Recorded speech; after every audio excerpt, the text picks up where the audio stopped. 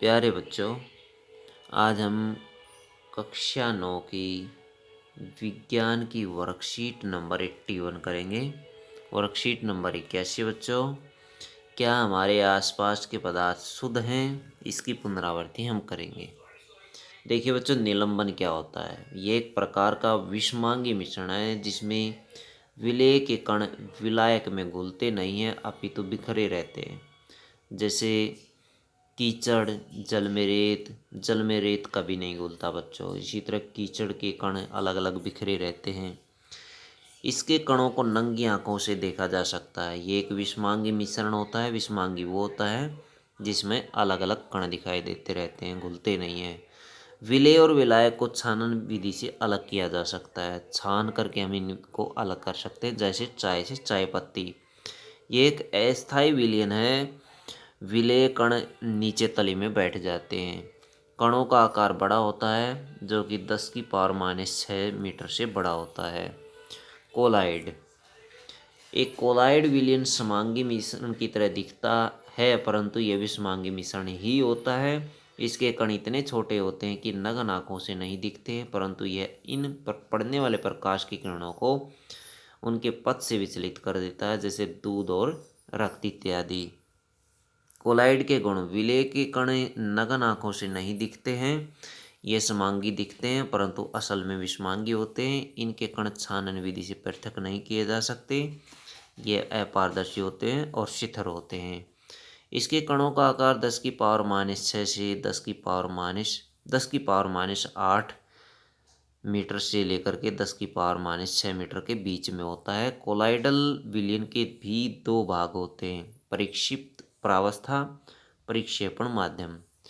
दूध और पानी के मिश्रण में दूध में उपस्थित प्रोटीन और वसा के कण परिक्षिप्त प्रावस्था और पानी परीक्षित माध्यम है। वसा के कण जो होते हैं वो परीक्षित प्रावस्था है और पानी प्रक्षेपण माध्यम है।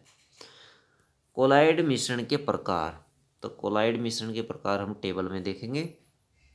ये प्रक्षिप्त प्रावस्था है, जबकि ये प्रक्षेपण माध्यम है। विलेय को प्रक्षिप्त प्रावस्था कहते हैं, जबकि विलायक को प्रक्षेपण माध्यम कहा जाता है। विलेय जिसकी मात्रा कम होती है या जिसको घोला जाता है। विलायक जिसकी मात्रा ज़्यादा होती है या जो विलेय को अपने अंदर घोल लेता है। द्रव्य और गैस, इन दोनों को मिलने से एरोसोल बनता है, जैसे इसका एग्जाम्पल है धुंध और बादल। ठोस और गैस के मिलने से एरोसोल ही बनता है, जैसे धुआं। गैस और द्रव्य से मिलने से फोम बनता है, जैसे शेविंग क्रीम। द्रव्य से बनता है इमल्सन, जैसे दूध, फिश क्रीम इसके एग्जाम्पल हैं। ठोस और द्रव्य के मिलने से सोल बनता है, जैसे बालू इसका एग्जाम्पल है। गैस और ठोस के मिलने से फोम बनेगा, फोम, स्पंज और रबर इसके एग्जाम्पल हैं। द्रव्य और ठोस के मिलने से जेल बनता है, जैसे जेली और पनीर इसके एग्जाम्पल है। ठोस और ठोस के मिलने से ठोस जेली बनती है, जैसे रंगीन रतन और कांच इसके एग्जाम्पल है बच्चों। आइए बच्चों, इस वर्कशीट से संबंधित प्रश्न करते हैं। निम्नलिखित प्रश्नों के उत्तर दीजिए। निलंबन और कोलाइड में अंतर लिखिए। तो दोनों की परिभाषा आप इसमें लिख दें, तो इन दोनों में अंतर हो जाएगा। दोनों की परिभाषा आप इसमें लिख सकते हैं, या इनके आधार पर भी अंतर आप लिख सकते हैं। जैसे इनको नंगी आंखों से देखा जा सकता है, इनको नंगी आंखों से नहीं देख सकते। ये विषमांगी है, ये तो समानता हो जाएगी। समांगी दिखते हैं परंतु असल में विषमांगी होते हैं। विलेय और विलायक को छानन विधि से अलग कर सकते हैं, लेकिन इसमें विलेय विलायक को पृथक नहीं किया जा सकता। ये अस्थायी विलयन, जबकि ये स्थायी है। ये पारदर्शी, अपारदर्शी है। तो ये आप इसमें यहाँ से अंतर लिख सकते हैं।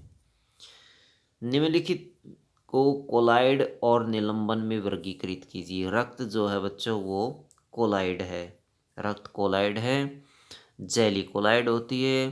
कीचड़ युक्त जल जो होता है वो निलंबन होता है, ये वाला निलंबन है। नींबू पानी निलंबन है, ये दोनों निलंबन है।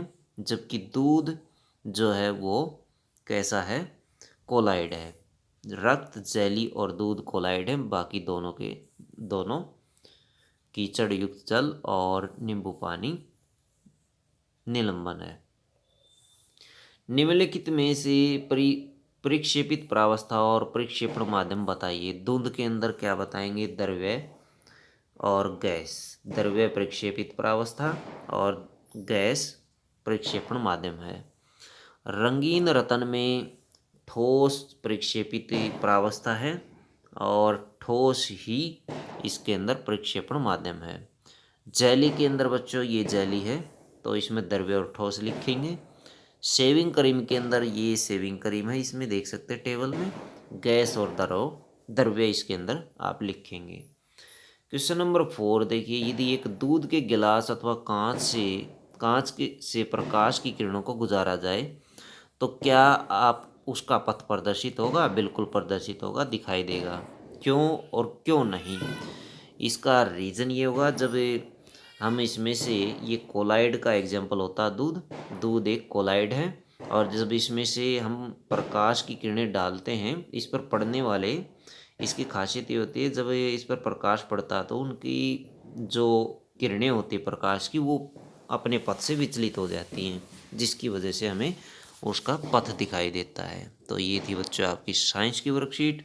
अगर वीडियो अच्छी लगे तो बच्चों लाइक करें, हमारे चैनल को सब्सक्राइब करें।